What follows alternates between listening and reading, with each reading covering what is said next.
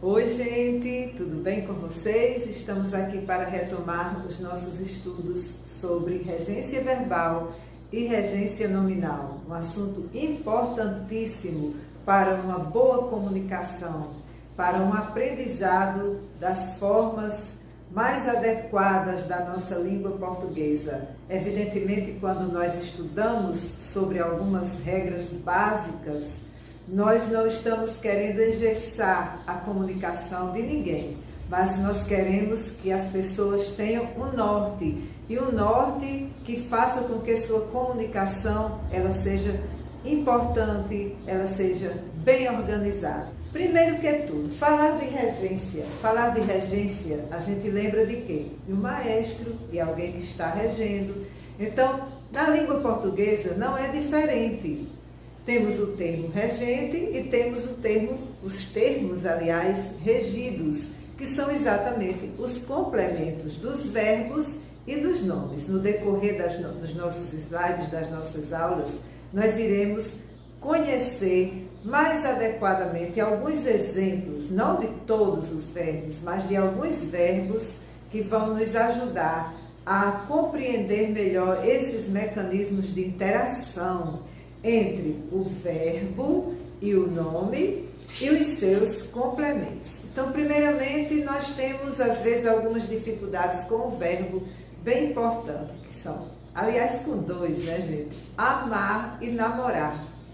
Quase sempre, de maneira coloquial, nós dizemos assim: Paulo namora com Maria, Antônio namora com Fátima. E esse com? Esse com é uma preposição. E dentro da norma culta da língua, esse com não deve aparecer. Certo, gente? Paulo namora a Maria, Antônio namora a Fátima. Agora, no nosso dia a dia, de maneira informal, ninguém vai cometer assim um grande erro porque utilizou a preposição. Mas se os verbos namorar e amar são verbos transitivos diretos, e o que é o verbo transitivo direto? Ele é ligado diretamente ao seu complemento sem preposição. Então, o a ou o o não são preposições, são artigos, tá certo? Então, chama a atenção de vocês para isso, porque eu sempre percebo que às vezes fica alguma dúvida, não é isso, gente? Então, vamos seguir agora com os nossos slides, com as explicações passo a passo. Espero que vocês façam bom proveito e que no dia a dia de vocês melhorem, aperfeiçoem e façam uma comunicação que realmente faça jus ao fato de vocês serem estudantes do 8º ano, tá ok? Um abraço, gente. Vamos seguir em frente com a nossa aula de hoje. Regência verbal, regência nominal. Então, pessoal, vamos ver aqui em termos conceituais o que podemos dizer que seja a regência verbal. Ela é exatamente a parte da língua que vai se ocupar da relação entre os verbos e os termos que se seguem a eles e completam o seu sentido. Gente, atenção para essa explicação. Completam o seu sentido, ou seja, não é você chegar, olhar a frase, olhar o texto e detectar que algumas palavras vêm após o verbo e dizer que todas elas são o complemento verbal. Não, você vai observar o sentido da frase, a mensagem. Então, aquelas palavras que completam esse verbo é que serão chamadas de objetos diretos e de termos regidos, objeto direto ou indireto e também os adjuntos adverbiais. Vamos analisar aqui alguns exemplos que vão nos favorecer nessa compreensão, de maneira bem resumida. Exemplo 1. Ele mora em outra cidade, destacando o verbo mora. Está no presente, é do infinitivo morar, né? O seu infinitivo é morar. Ele mora onde? Em outra cidade. Então, esta parte destacada em verde, em outra cidade, está complementando mora e está ligado por uma preposição, a preposição em. Então, logicamente, em outra cidade é complemento verbal. Isso implica mudança de horário. Depois nós veremos, vocês prestem atenção a esse exemplo 2, né? Algumas formas inadequadas que às vezes as pessoas usam. Nós iremos ver mais à frente.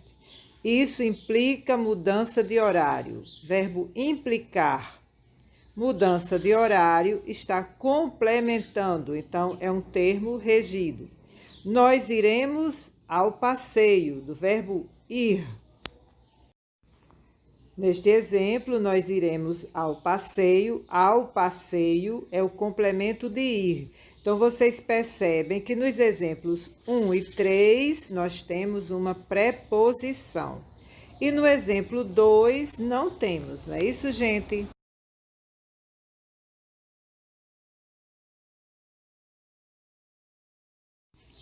Então, no exemplo acima, morar é um verbo transitivo indireto. Por quê? Porque a condição do verbo transitivo indireto é exigir uma preposição para poder receber o seu complemento. Então, mora, quem mora, mora em algum lugar. Então, nós temos lá o exemplo 1, que é um verbo transitivo indireto, porque se liga ao seu complemento com auxílio de preposição. Agora vejam o exemplo 2. Implicar não tem preposição, certo? Implica algo e não implica em algo. Por isso, implica mudança de horário. Então, no terceiro exemplo, nós temos o verbo ir, que exige a preposição a. Isso faz desse verbo um verbo transitivo indireto. Vou sempre frisar isso e vocês fiquem atentos. Tem preposição, verbo é transitivo indireto e o complemento é, obviamente, um objeto indireto. Na forma padrão, agora vocês devem lembrar o que eu expliquei, que eu chamei a atenção lá no quadrinho de exemplos. No exemplo 2, isso implica em mudança de horário. Isso não está adequado, não está correto. O que está correto é o exemplo 2 que tínhamos lá no quadrinho, que temos lá no quadrinho anterior. Isso implica mudança de horário. Essa forma, sim, é a forma correta. Esta que está apresentada aqui, não. Isso implica em mudança de horário, não está adequado, porque esse verbo não exige essa preposição. Ok, gente?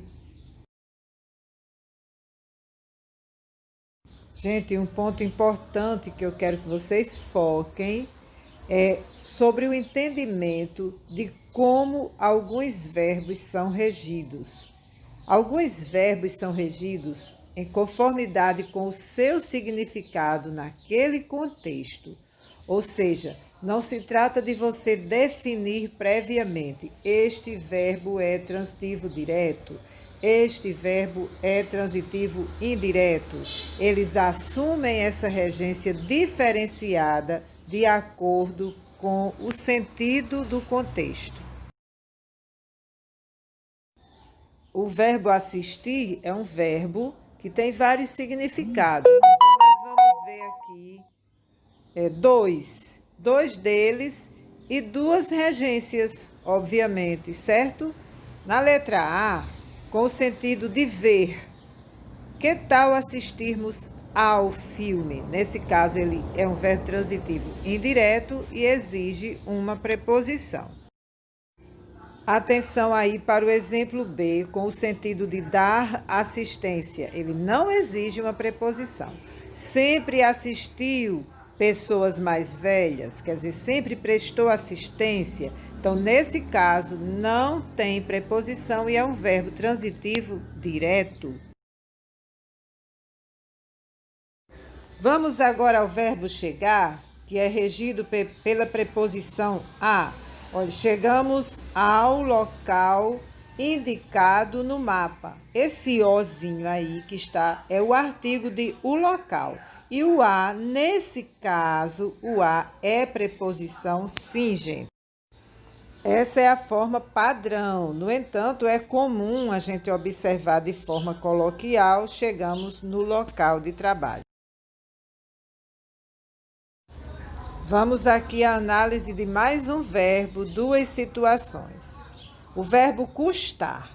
No primeiro exemplo, ele exige uma preposição, porque ele está no sentido de ser custoso. Aquela decisão custou ao filho. Ou seja, aquela decisão foi difícil para o filho.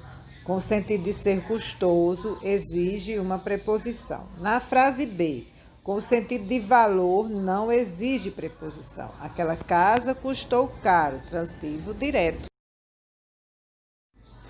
Então, vejamos aqui o verbo obedecer. Obedeça ao pai. Na linguagem informal, ele é muito usado. Obedeça o pai, obedeça o professor, obedeça o irmão mais velho. Mas essa não é a forma adequada. O adequado é dizer ao, com a preposição, pois o verbo é verbo transitivo indireto. Vejamos agora mais um verbo. No caso, nós vamos ver o verbo proceder.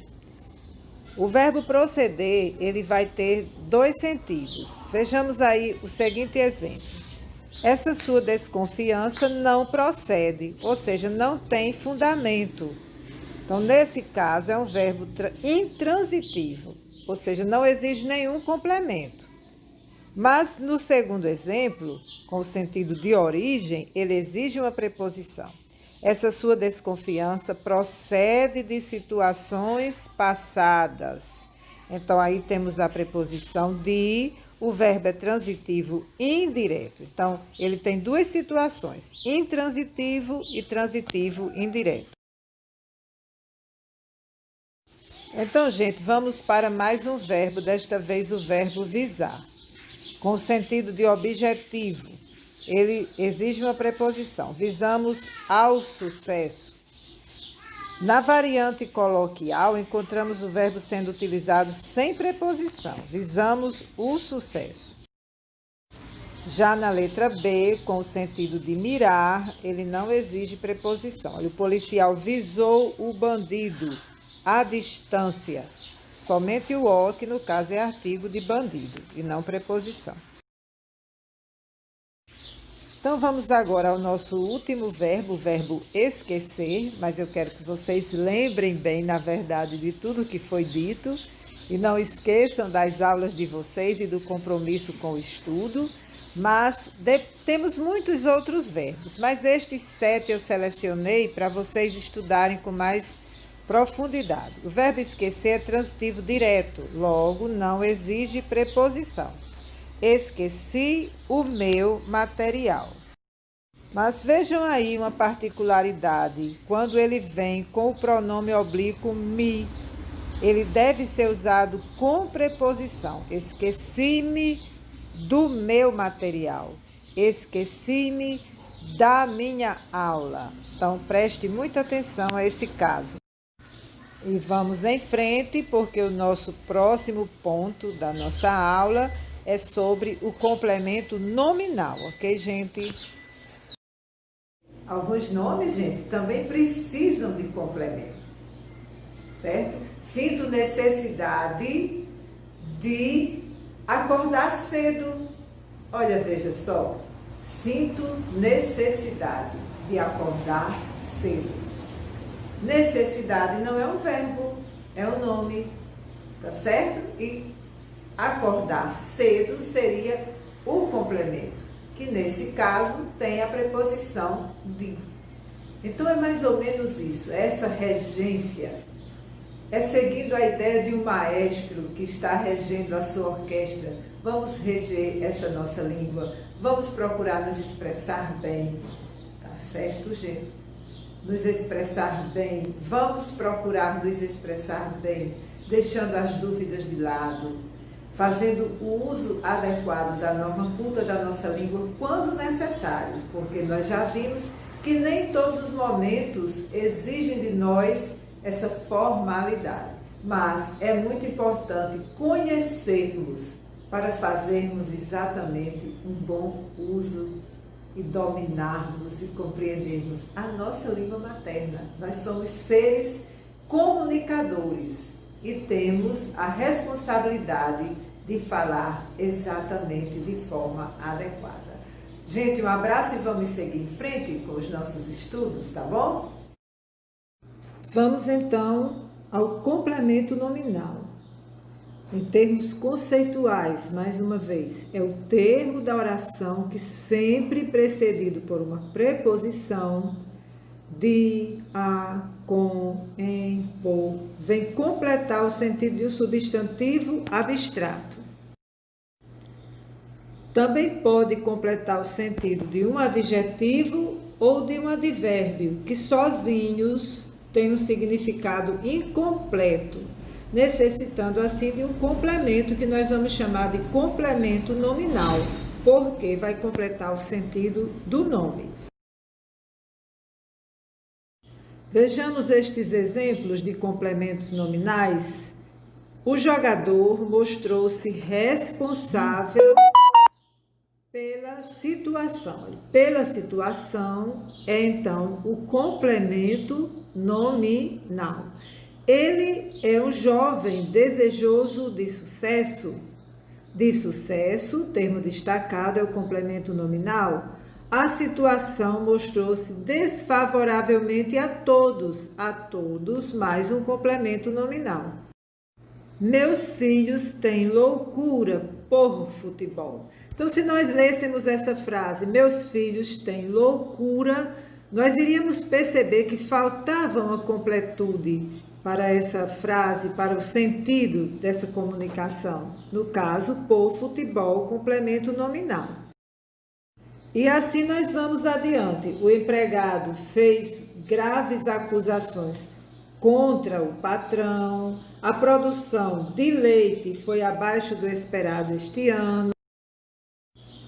Faça uma leitura cuidadosa do texto e foi depressa para o carro. Então, gente, temos aí vários exemplos. Então, pessoal, diante de todas essas indicações, de todas essas orientações, evidentemente que o assunto não está esgotado. Nós temos muito ainda o que aprender. A nossa língua exige de nós esse constante aprendizado, porque ela é viva, ela muda, mas estamos aqui para isso, né? Contem sempre com o meu apoio, aproveitem, um abraço a todos e bom aprendizado. Olá pessoal, bom dia. Na aula passada nós falamos da dança. Hoje nós vamos falar sobre os esportes de campo e esporte de taco. Então nós vamos ver o que é esporte de campo e o que é esporte de taco.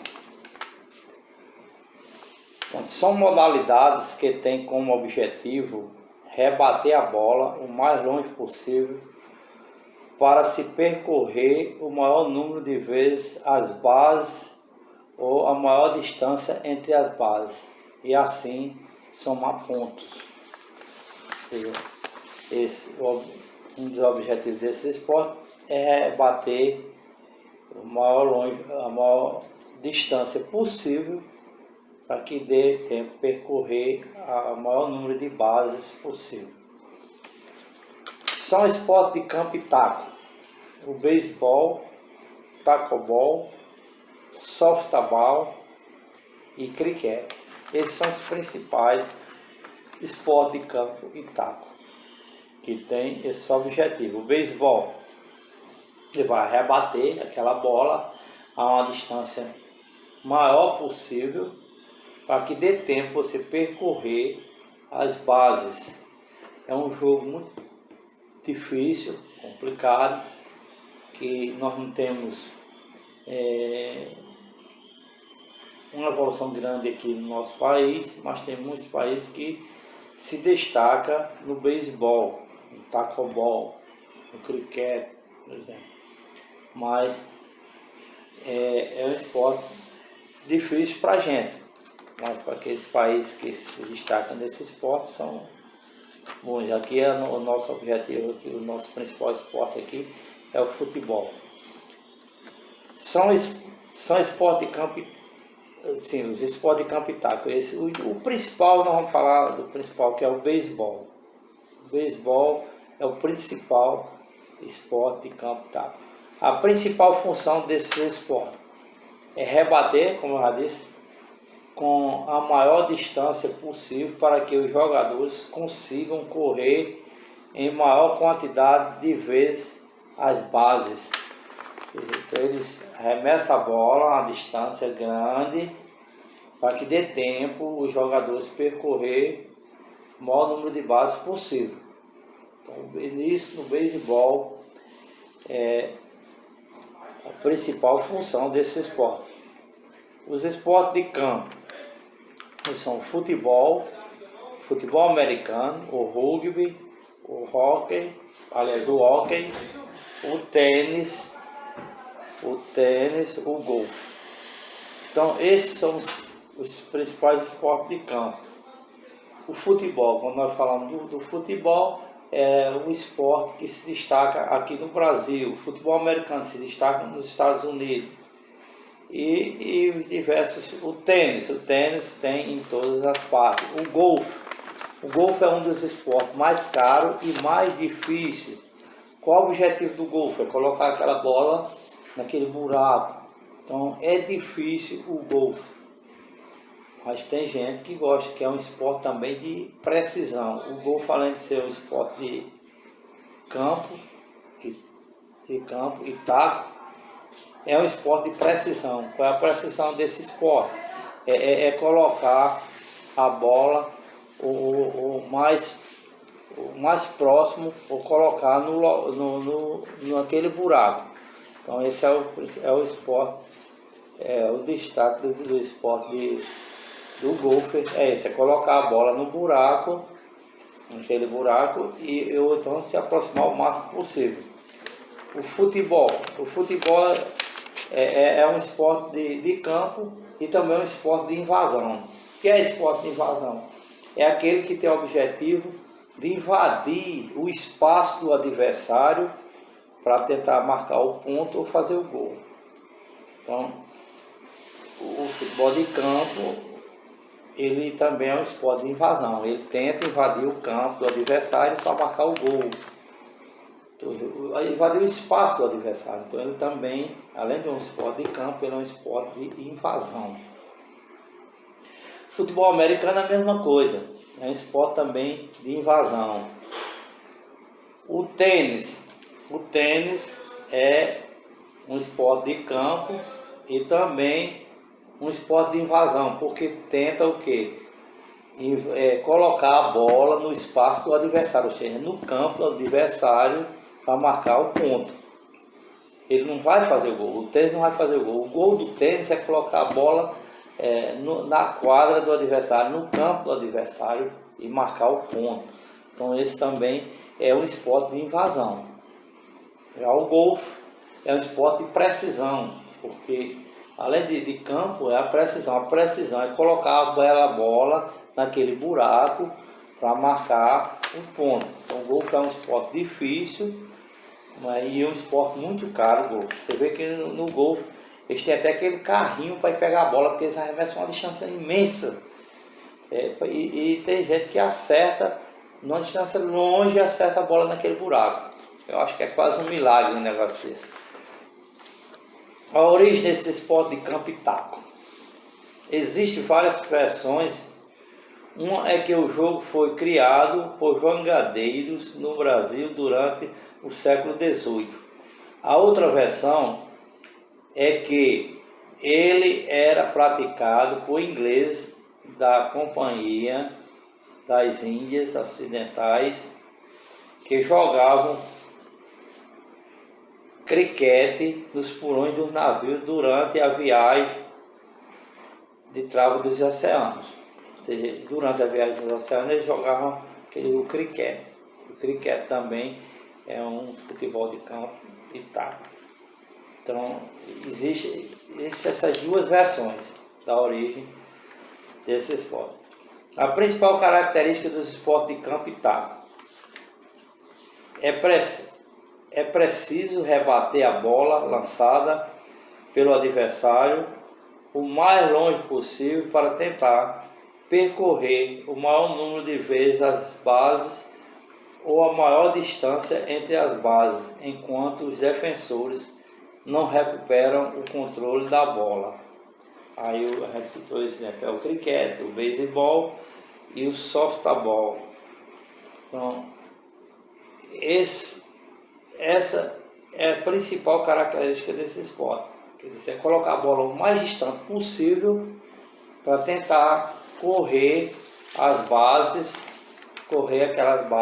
os atletas correr aquelas bases para marcar ponto no beisebol. Então, são jogos que existe também a velocidade. O atleta tem que ser rápido para percorrer aquelas bases. Quando é lançada a bola e rebatida com aquele taco, a distância maior possível para dar tempo para as pessoas, os atletas da sua equipe, percorrer o maior número de bases possível. Então, esses são as principais, a principal característica desse esporte. O esporte de campo a gente já viu que o principal, quando a gente fala aqui em termos de Brasil, é o futebol. Nós temos também o tênis de campo. Temos também o futebol americano que se destaca nos Estados Unidos. Aí tem o hóquei também de campo. E tem o golfe também, que é num campo. Então esses são os esportes que se destacam. Alguns, cada um tem seus destaques em países diferentes. O futebol americano é mais jogado nos Estados Unidos. O futebol é em todo o mundo. O futebol é o esporte, é universal. Que a gente viu que além de ser um esporte de campo, é um esporte também de invasão. Por quê? Porque a equipe tenta invadir o campo do adversário para marcar o gol. Já o tênis tenta colocar a bola no chão do campo adversário para marcar o ponto. Então, o esporte de campo, que também é esporte de invasão, o objetivo principal desse esporte de invasão é invadir o espaço do adversário. Então ele invade o espaço do adversário com o objetivo de marcar ou o gol ou o ponto. No caso do tênis de campo, é marcar o ponto. Tenta botar a bola no chão da quadra adversária. Não é o jogador invadir, é a bola que vai invadir o campo adversário. Já o futebol de campo, os jogadores invadem o campo adversário e marcam o gol. Então a gente viu que além de ter alguns esportes que é esporte de campo, mas também é esporte de invasão. O golfe, além de ser um esporte de campo e de invasão, não é um esporte de campo, mas não é um esporte de invasão, é um esporte de precisão.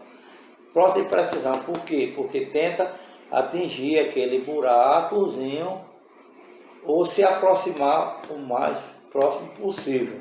Então isso aí é um esporte de precisão. O golfe, além de ser esporte de campo, é esporte de precisão. Então com isso, a gente falou um pouco sobre esporte de campo e taco.